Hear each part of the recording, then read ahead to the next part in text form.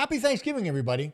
And while everybody else is carving out turkeys and giving thanks for what they have, the Canadiens, well, they went out and got something as Kent Hughes re-signed Lane Hutson to an 8-year deal. I told you it was going to get done. Let's talk some puck.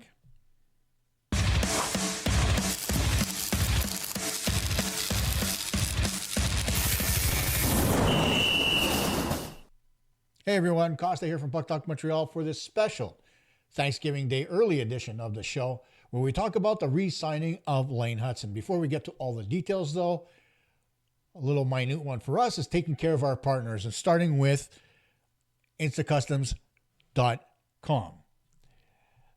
They're your number one destination for custom apparel printing, rated the highest print shop in Canada. They've got over 3,000 Google reviews, a 4.9 star rating, and they were nominated for a 2024 Business Choice Award. They print on all your favorite clothing, plus coffee and travel mugs, and yes, they even offer embroidery. And most orders are printed and shipped the very same day, and large orders in less than 3 days with free shipping. They're located on Stanley Street, easy to remember as it ties in with the Habs' ultimate goal of winning the Stanley Cup, and they're open 7 days a week. So whether it's for yourself, a loved one, or your business, trust InstaCustoms. Visit them in person or order online at instacustoms.com. And then we'll talk about our other sponsor, or partner I should say, and that is cheapesttshirts.ca. A proudly Canadian company with thousands of customers, they deliver unbeatable value. You'll always get the lowest prices, same-day shipping, and even next-day delivery so your order arrives fast. With over 1,000 products to choose from, the selection is unmatched. Cheapesttshirts.ca is the go-to source for businesses, apparel printing companies, events, and even resellers, or people just looking for the best deals on everyday clothing. Plus, enjoy free shipping on large orders and an easy, simple-to-use website that makes ordering online a breeze. Enjoy the cheapest deals in Canada today at cheapesttshirts.ca. And when we talk about cheapest deals in Canada, it looks like Kent Hughes got one of the cheapest deals in Canada, re-signing the Canadiens' Calder Trophy-winning defenseman Lane Hutson to an 8-year, $70+ million contract. The number exactly is 70.8, just so that we have all the details. How does he pull it off? Well, everybody says, well, he's an agent. He understands. You know, he got Darnell Nurse $9.5 million in a market where he shouldn't have gotten 9.5. That is absolutely true. But in that case, he was working for the player and not the team. And so when you look at the role reversal, you wonder, how the hell does he pull it off? Well, the philosophy's got to be a little bit the same, doesn't it? And the other part of it is you need to build something that's worth something to players. And I think he's done that with the Montreal Canadiens and the environment that he's created, and that environment brings value. You know how we know? Well, just take a look at what the Canadiens put out there today after Marty St. Louis announced that Lane's contract was done. No, the Canadiens did not score an overtime goal at practice. That's a pileup, and everybody giving Lane props on getting that huge deal done for him.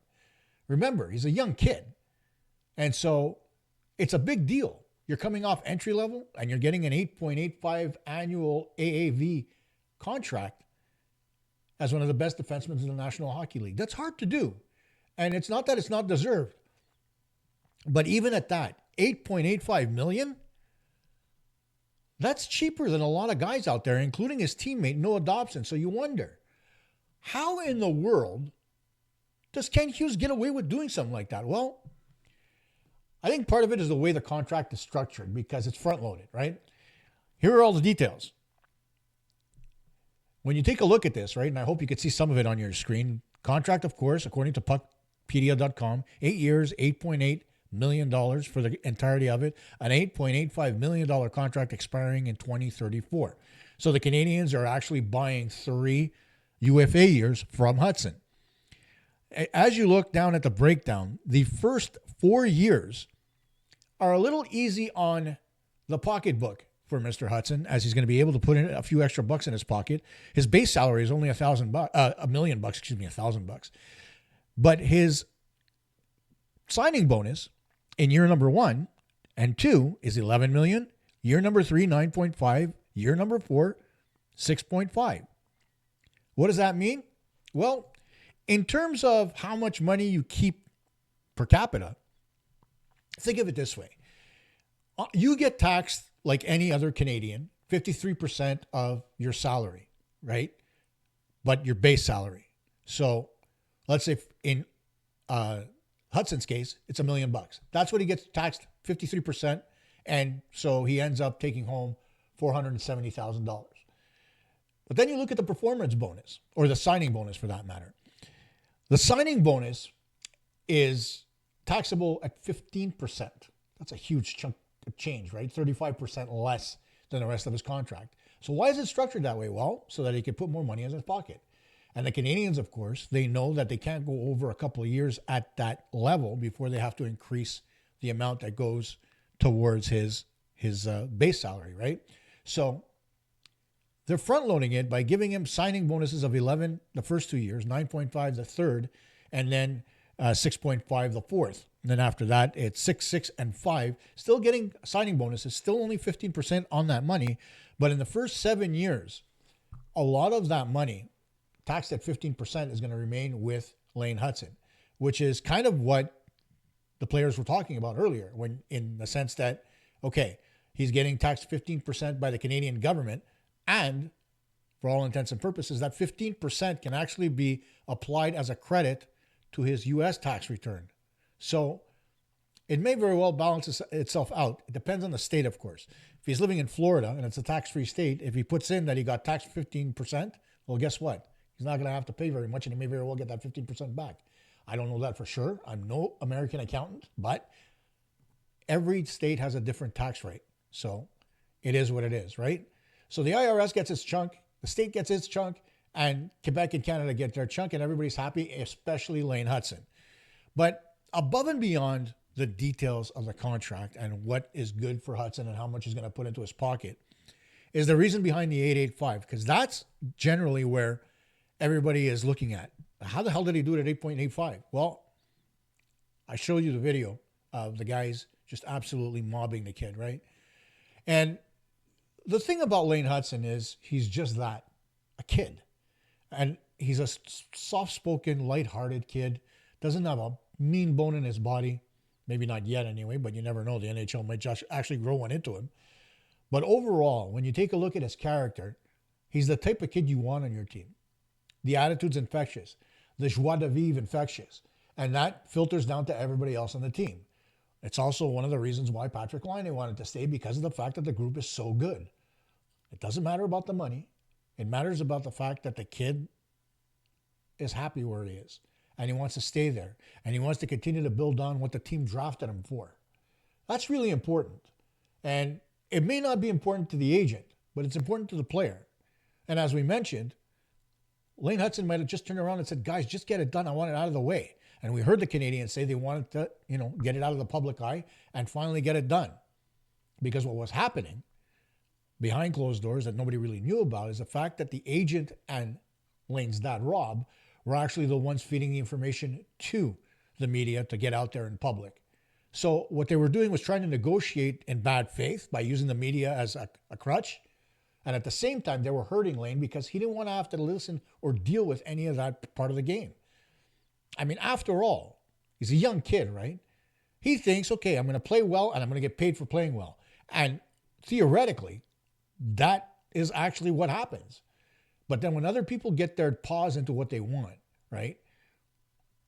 First of all, I don't understand the commission that the agent gets, right, on the contract signing. It can't be that low that he has to shoot for the stars, right? And he knows the cap's going up. He knows the Canadiens are going to need cap space for the team to be better. We all know that we're going to go through the same situation in the offseason when we start talking about Ivan Demidov. I don't think there's a single person here that doesn't know that. But again, just like this year, the cap is going up. $9.5 million this year, $9.5 the year after, and it's expected to go up even higher after that. So unlike some of the teams like the Minnesota Wilds that have put 20% of their cap in one player and kind of handcuffed themselves as far as how they're going to build their team in order to be competitive, well, the Canadiens have decided instead of handcuffing the team, we're going to spread the wealth. And this isn't so much about Nick Suzuki having to be the highest paid player as it is the team just getting their fair share of what is ultimately going to be a really good experience and years of success to come. I think that's really important. And the camaraderie, it's super important.